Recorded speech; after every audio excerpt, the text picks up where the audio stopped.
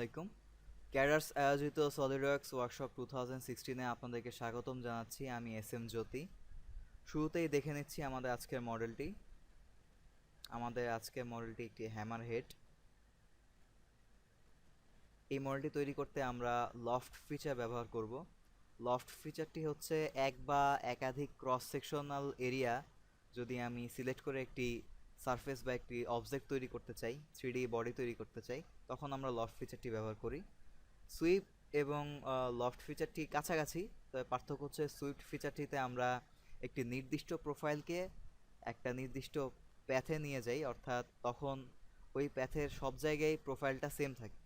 কিন্তু লফটের ক্ষেত্রে পার্থক্য হচ্ছে এখানে যদি আমার একটা পথে বা একটা প্যাথে আমি অনেকগুলো ক্রস সেকশন দেই, সেটা সেম হইতে হবে এমন কোনো কথা নেই। আমি ইচ্ছা করলে একটি স্কোয়ার, একটি সার্কেল এবং একটি ইলিপস এই তিনটিকে লফট করতে পারি, সেটা আমরা সুইফটে করতে পারতাম না। তো যাই হোক, আমরা শুরু করছি। New document, part file. প্রথমে ফ্রন্ট প্লেন নিব। তার আগে অবশ্যই মনে রাখতে হবে আমরা যে মডেলটি তৈরি করব, আমার এখানে সবগুলো ডাইমেনশন আমি মিলিমিটার ব্যবহার করেছি, কাজে আপনারা ইউনিটটা চেঞ্জ করে মিলিমিটার করে নিন। এবার ফ্রন্ট প্লেন থেকে এডিট স্কেচ, আমরা একটি সার্কেল আঁকবো।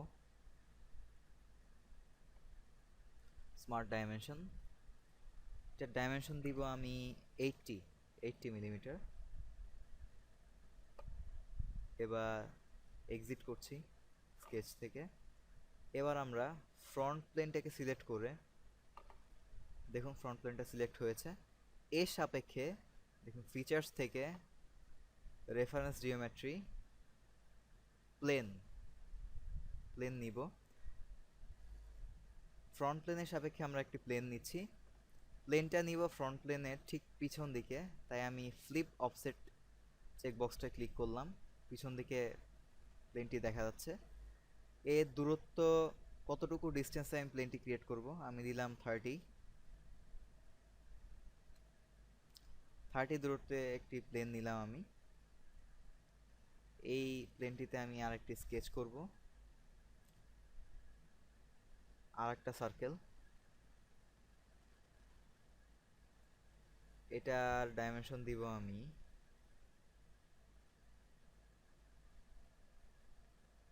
110।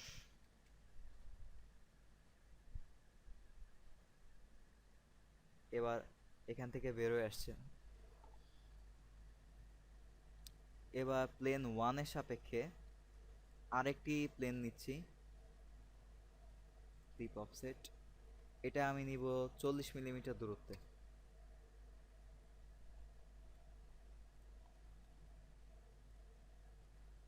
Edit sketch.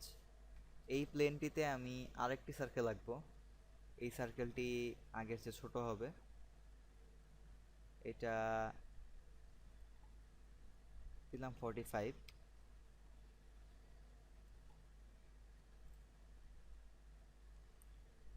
এবার এই প্লেনের সাপেক্ষে আরেকটি প্লেন নিব, ফ্লিপ। এটা 30 মিলিমিটার দূরত্বে নিলেই হবে।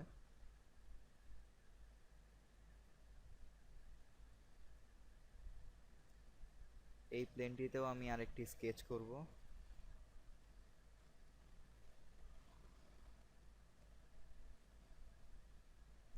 এখান থেকে আমি সেন্টার রেক্টেঙ্গেল নিচ্ছি। এখানে আমি একটি সেন্টার রেক্টেঙ্গেল তৈরি করব। এর ডাইমেনশন হবে 92। এদিকে দিলাম 64।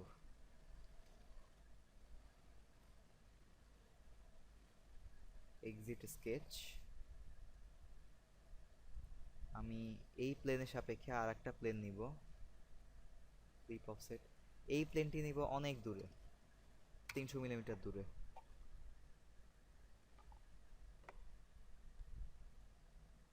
এই প্লেনটিতেও আর একটি স্কেচ করব। আবার আর একটা সেন্টার রেক্ট্যাঙ্গেল নিচ্ছি। এটার ডাইমেনশন দিব সাপোজ 235। আর এখানে 15।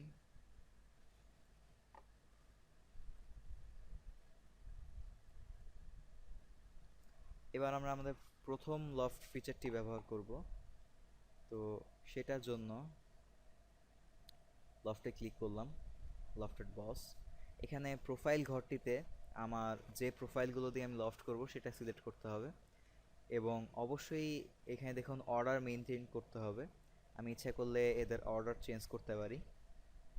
তো আমি প্রথমে এটা সিলেক্ট করছি, প্রথম সার্কেল, তারপর দ্বিতীয়টা, তারপরেরটা, সব শেষে স্কোয়ারটা।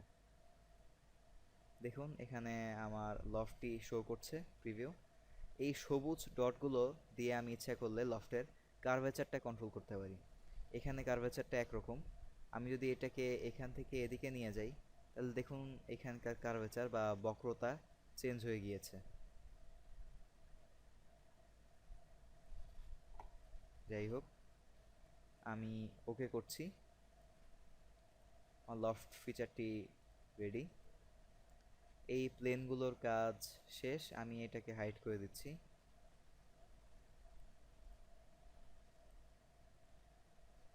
এবার আমরা আরেকটি প্লেন নিব, রেফারেন্স জিওমেট্রি থেকে প্লেন।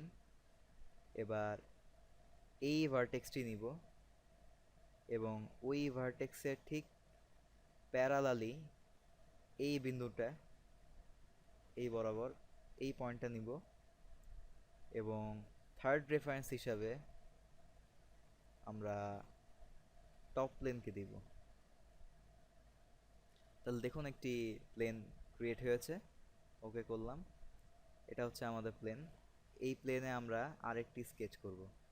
এই প্লেনটি কিন্তু কোনো প্যারালাল প্লেন না, এটা হচ্ছে একটি স্লাইটলি অ্যাঙ্গুলার প্লেন, কিছুটা বাঁকা। তো এই প্লেনে আমি স্কেচ করছি। আমরা স্প্লাইন টুলটি ব্যবহার করব। স্প্লাইন টুল ব্যবহার করে এই পয়েন্ট থেকে এই পয়েন্ট, যে দুইটি পয়েন্ট দিয়ে আমি প্লেনটি ক্রিয়েট করেছিলাম, পয়েন্ট দুটি যোগ করি।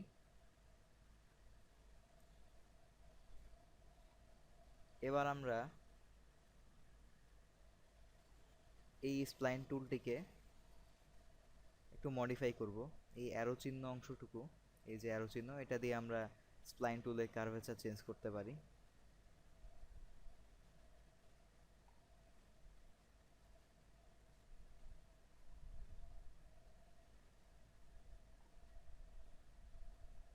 আমি ইচ্ছা মতো আমার সুবিধাজনকভাবে কার্ভেচারটা সিলেক্ট করে নিচ্ছি।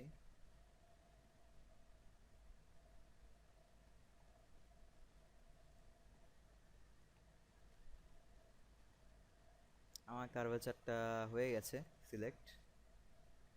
এবার আমি আরেকবার লফট কমান্ডটি নিব। আমরা ইচ্ছা করলে স্কেচ ছাড়াও যে কোনো ফেসও ইউজ করতে পারি। আমি এখানে এই ফেসটাকে সিলেক্ট করে দিচ্ছি, এরপর এই বিন্দুটিকে বা এটাকে সিলেক্ট করলাম।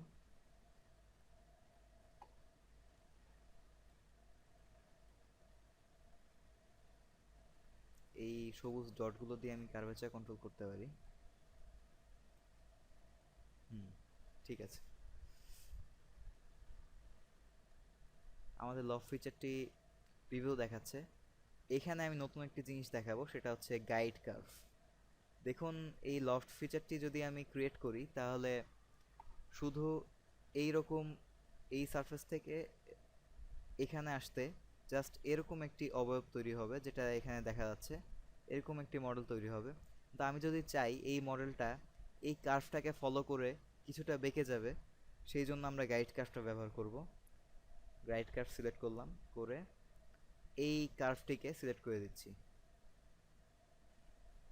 দেখুন এটা একটু বাঁকা হয়ে গিয়েছে। আমরা ওকে করছি।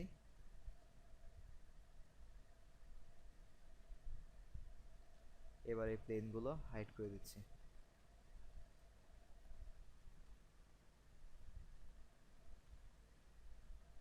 দেখা যাচ্ছে এই হলো আমাদের হ্যামার হেড। এখানে লফট ফিচারের মোটামুটি বেশিরভাগ ব্যবহার দেখানো হয়েছে। এছাড়াও লফট ফিচারের আরও অনেকগুলো ব্যবহার রয়েছে, আশা করি সেগুলো পরে দেখানো হবে।